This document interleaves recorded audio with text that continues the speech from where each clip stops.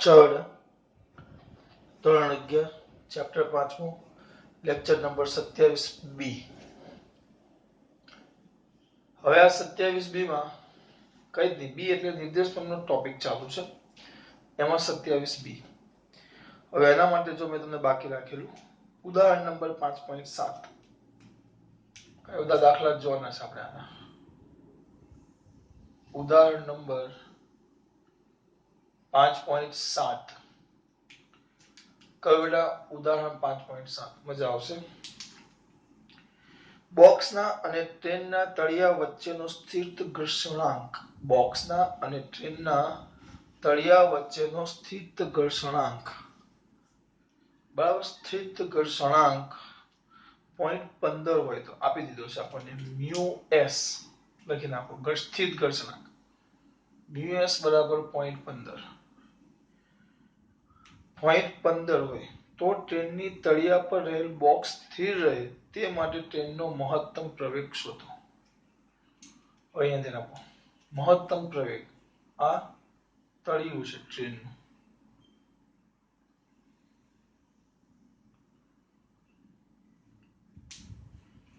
this is the ટ્રેનનું તળિયું.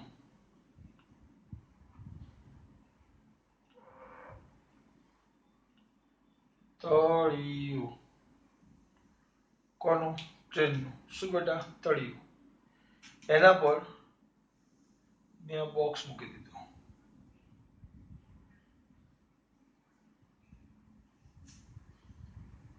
હવે જો box મૂકો, અહીંયા બળો દર્શાવવા બહુ જ અગત્યના છે. અગત્યના નથી, બહુ જ અગત્યના છે. તો અહીંયા નીચે તરફ વજન બળ લાગે mg. હવે વજન બળ નહીં લખાય, mg જ લખાય. ફિક્સ છે, લાગે જ. કારણ કે દરેક બ્લોક, બોક્સ, દરેક પદાર્થ દળ તો ધરાવે છે, એટલે વજન બળ mg લાગે અને લાગે જ.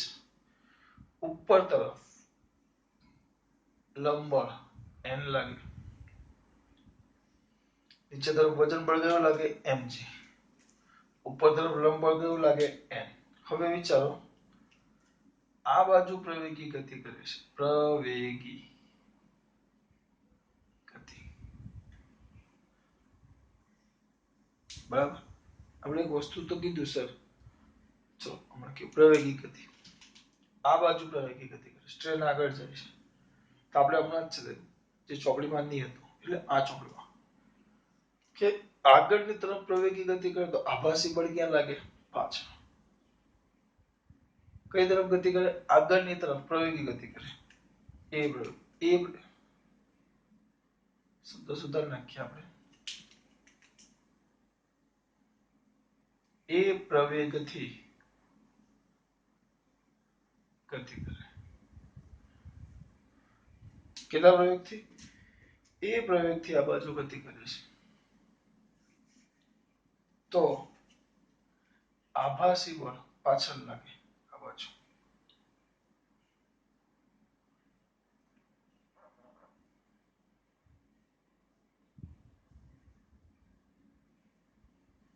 આગળ કીધું આભાસી બળ પ્રવેગી ગતિ થતી હોય તો જ લાગે, અચળ વેગીમાં નહીં, સ્થિર સ્થિતિમાં નહીં, કારણ કે એ જડત્વી નિર્દેશક. એ પ્રવેગ આગળ હોય તો આભાસી બળ ક્યાં લાગે? પાછળ. આભાસી બળ એ જેટલો પ્રવેગ આગળ હોય તો આ સમજાવું તમારી માટે, આ પદાર્થ છે, એ જેટલો પ્રવેગ આગળ હોય તો પહેલા તો એટલો જ આભાસી પ્રવેગ પાછળ લાગે, એટલો આભાસી પ્રવેગ. એ પછી લાંબુ થઈ જાય એટલે મેં તમને ન સમજાવ્યું. તો આગળ તરફ તો જેટલો આભાસી પ્રવેગ આગળ એટલો જ આભાસી પ્રવેગ પાછળ, જેટલો પ્રવેગ આગળ એટલો આભાસી પ્રવેગ પાછળ. તો આભાસી મારે બળ લેવું હોય, પ્રવેગ આપ્યો છે તમને પ્રવેગ આપ્યો છે અને હવે તમને બળ શોધવાનું કહે છે. તમને પ્રવેગ આપ્યો છે, બળ શોધવાનું કે, બળ એટલે તો શું આવે? ma. f બરાબર તો શું થાય? ma. તો f બરાબર ma થાય તો સ્વાભાવિક વસ્તુ છે, અહીંયા ધ્યાન આપજો, f બરાબર શું થાય બેટા? ma. તો અહીંયા ધ્યાન આપજો ખાસ, F બરાબર m તો આભાસી બળ એટલે કઈ જ નહીં કરવાનું, જે પ્રવેગ હોય એના ગુણ્યા આ પદાર્થનું આપણું દળ. આ પદાર્થનું દળ આપણને ખબર છે કેટલું છે, આ પદાર્થનું દળ m, એના ગુણ્યા આ પદાર્થનું દળ કેટલું બેટા m. તો આપણું આભાસી બળ, આભાસી બળ, આભાસી બળ કેટલું થશે, આ m a, ભૂલ નો થયા, m a. તો સિમ્પલ વસ્તુ છે, બ્લોક છે, આ સપાટી પર છે, તેના પર બળ ક્યાં લાગ્યું, આ બાજુ, આભાસી બળ. સિમ્પલ વસ્તુ છે, બળ ક્યાં લાગ્યું, આ બાજુ, બળ ક્યાં લાગ્યું, આ બાજુ. હું જે કહેવા માંગુ છું ખબર પડે છે, બળ લાગે છે આ બાજુ.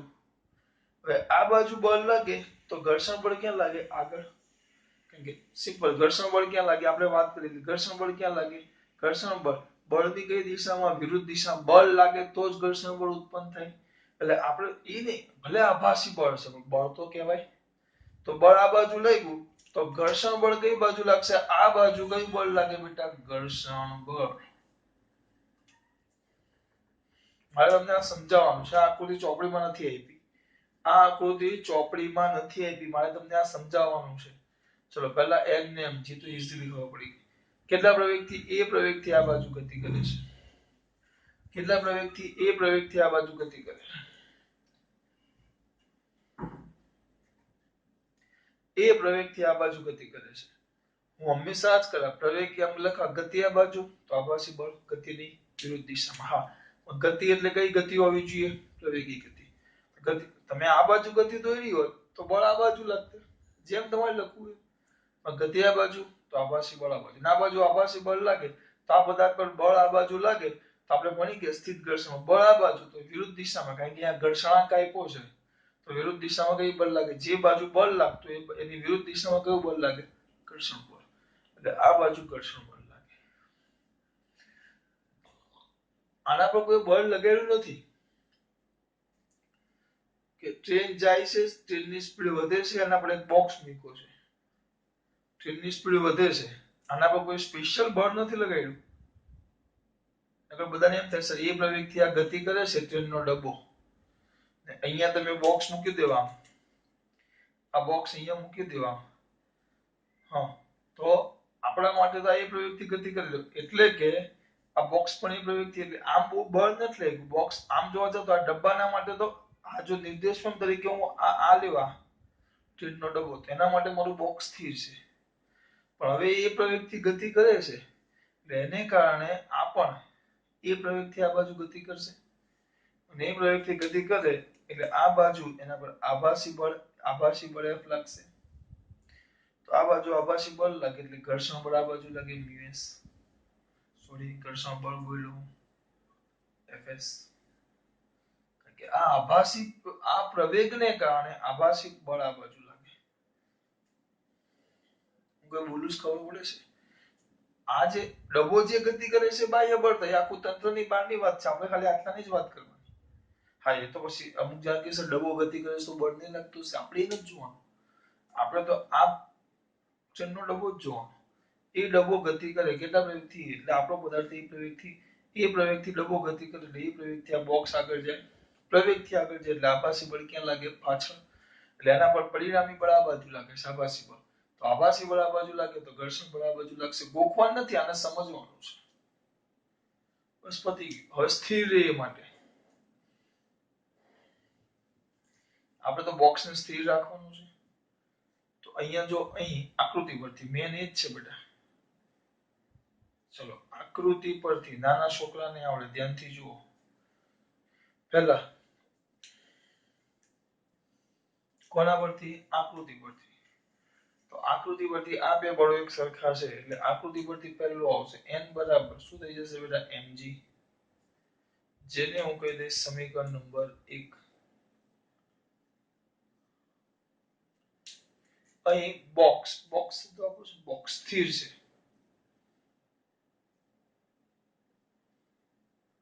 અહીં બોક્સને સ્થિર રાખવા માટે હું એવું ઈચ્છું છું કે મારું બોક્સ સ્થિર રહે. તો સ્થિર રાખવા માટે શું થાય બોલો, સ્થિર રાખવું હોય મારે તો આ જે ઘર્ષણ બળ છે ઘર્ષણ બળમાં કયું આવશે Fs સ્થિર રાખો તો જેટલું આભાસી બળ લાગે એટલું જ ઘર્ષણ બળ હોવું જોઈએ એટલે Fs = શું હોવું જોઈએ ma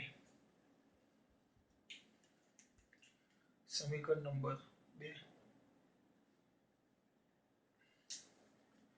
Fs = શું હોવું જોઈએ ma હવે એક કામ કરીએ આપણે હવે a બરાબર e મેક્સિમમ થાય પ્રવેગ તમને મહત્તમ પૂછ્યો પ્રવેગ મહત્તમ થાય તો આ બાજુ આભાસી બળ મહત્તમ થશે કારણ કે આભાસી બળ બરાબર તો ma છે અને આભાસી બળ મહત્તમ થાય તો જેટલું આભાસી બળ વધે યાદ કરો જેટલું આ બાજુ પદાર્થ પર બળ વધશે એટલું આ બાજુ ઘર્ષણ બળ વધે કારણ કે ઘર્ષણ બળ સ્થિત ઘર્ષણ બળ સેલ્ફ એક્ઝિસ્ટિંગ ફોર્સ હતો એટલે આ બાજુ ma આવી જશે તો a મેક્સિમમ આવે તો a મેક્સિમમ લેશો તો સામે ઘર્ષણ બળ પણ Fs છે એ Fx મેક્સિમમ Fs મેક્સિમમ થઈ જાય કિંમત સમીકરણ 2 માં મૂકતા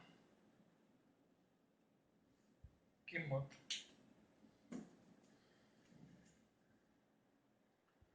સમીકરણ 2 માં મૂકતા ચલો મૂકો તો શું થશે અહીંયા કિંમત મૂકો છો તો આ થશે Fs મેક્સિમમ આ છે m અને અહીંયા આવી જશે a મેક્સિમમ Fx મેક્સિમમ તો આપણે ભણી ગયા mu sn પરંતુ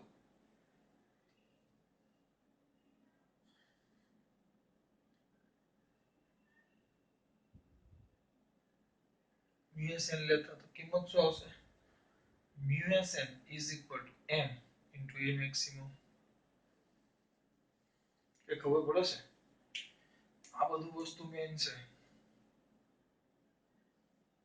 fx maximum ma maximum આ કિંમત આની અંદર મૂકી એટલે અહીંયા આ મેક્સિમમ કરું પ્રવેગ મેક્સિમમ કરું તો ઘર્ષણ બળ મેક્સિમમ તો સ્થિત પ્રવેગ મહત્તમ થાય સ્થિત મહત્તમ ઘર્ષણ મહત્તમ સ્થિત ઘર્ષણ બળ મહત્તમ સ્થિત ઘર્ષણ બળ બરાબર તો આપણે ભણી ગયા mu sn થિયરી નો મેન ભાગ તો mu sn ma maximum બરાબર પરંતુ n બરાબર તો શું છે જો mg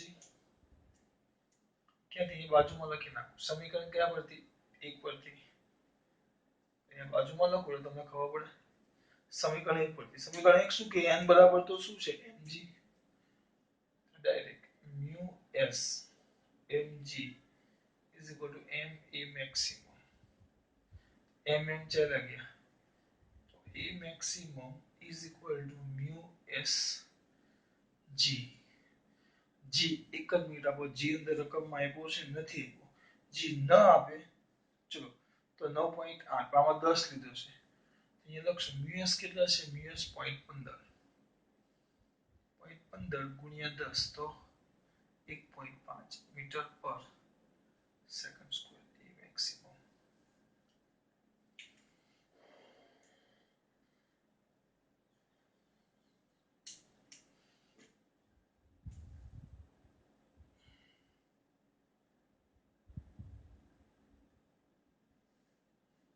દાખલો કેટલો મોટો દાખલો કઈ દાખલામાં કઈ નથી આ તો મેં તમને આ બધું સમજાવ્યું એટલે પેલો આગળનું જો દાખલો મેં તમને આખો સમજાવ્યો હવે એક જ મિનિટ છે દાખલામાં ચલો અહીંયા દે આ પૂછતો નથી ચલો ધ્યાન રાખો આકૃતિ કમ્પલસરી દોરો કારણ કે આપણે શબ્દ વાપરો છે આકૃતિ પરથી જો આ બોક્સ દોરો હવે આ જો મારે કરવું હોય એકદમ સ્પીડમાં હું કેમ કરું આકૃતિ જોઈ લીધી તમે આટલા ભાગમાં હું આને પતાવીએ કે આ ભાગ ભૂસી નાખું છું જો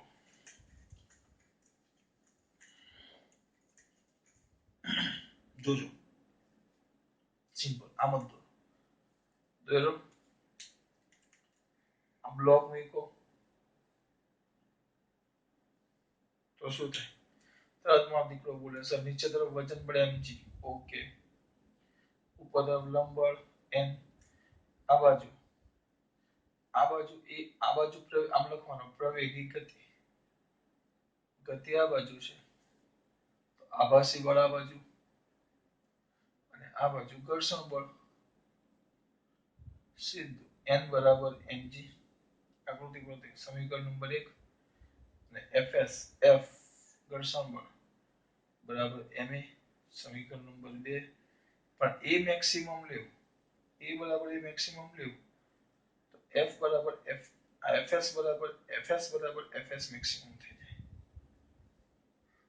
બરાબર. હવે જો દાખલો કેટલો સ્પીડમાં થાય, એફએસ બરાબર એફએક્સ મેક્સિમમ થઈ જાય. આ કિંમત આની અંદર મૂકો તો FX maximum is equal to m into a maximum. આના બરાબર તો mu is equal to m into a maximum. પણ n બરાબર તો mg, તો mu s mg is equal to m into a maximum. mm ગયા, a maximum is equal to mu sg, mu s 0.15 ગુણ્યા g 10 1.5 metre પર second square. દાખલો પૂરો. એક જ મિનિટમાં દાખલો પૂરો બેટા. બરાબર. હા, પણ આ આગળ ગતિ છે તો આભાસી બળ પાછળ લાગે એ સમજાવવામાં આપણે ટાઈમ કીધો કે લખવું હોય તો 2 મિનિટમાં. આ દાખલા પહેલા શરૂઆતમાં છે 2 2 3 3 લખી નાખવાના. એકવાર આ પદ્ધતિ મગજમાં ઉતારવી પડે. ચલો ખબર પડી આનો? થઈ ગયું. આગળ ના ખાસ વાત.